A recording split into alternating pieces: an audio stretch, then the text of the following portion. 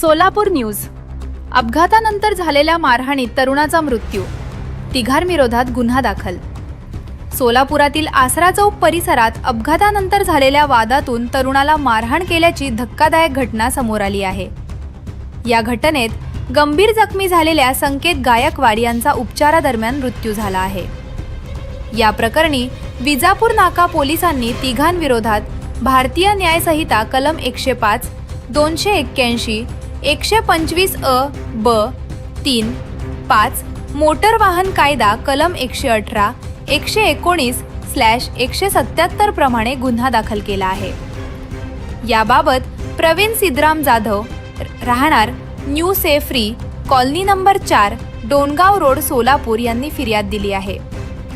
दिनांक 17 ऑगस्ट रोजी रात्री 9:15च्या सुमारास आसरा चौक, सोलापूर येथे फिर्यादी प्रवीण जाधव हे त्यांच्या मेहुण्यासोबत दुचाकीवरून जात होते.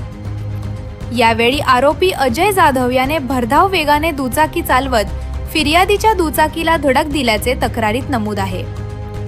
या अपघातात फिर्यादी जखमी झाले. त्यानंतर आरोपी विजय जाधव आणि अनिल गायकवाड यांनी घटनास्थळी येऊन फिर्यादीचे मेहुणे संकेत गायकवाड यांच्यासोबत वाद घातला आणि त्यांना मारहाण केली. मारहाणीनंतर संकेत गायकवाड यांची प्रकृती गंभीर झाली. त्यांना उपचारासाठी सिव्हिल हॉस्पिटलमध्ये दाखल करण्यात आले होते.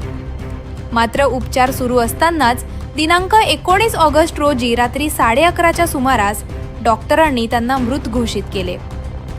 या प्रकरणी प्रवीण जाधव यांच्या फिर्यादीवरून अजय जाधव, विजय जाधव आणि अनिल गायकवाड यांच्या विरोधात विजापूर नाका पोलीस ठाण्यात गुन्हा दाखल करण्यात आला आहे.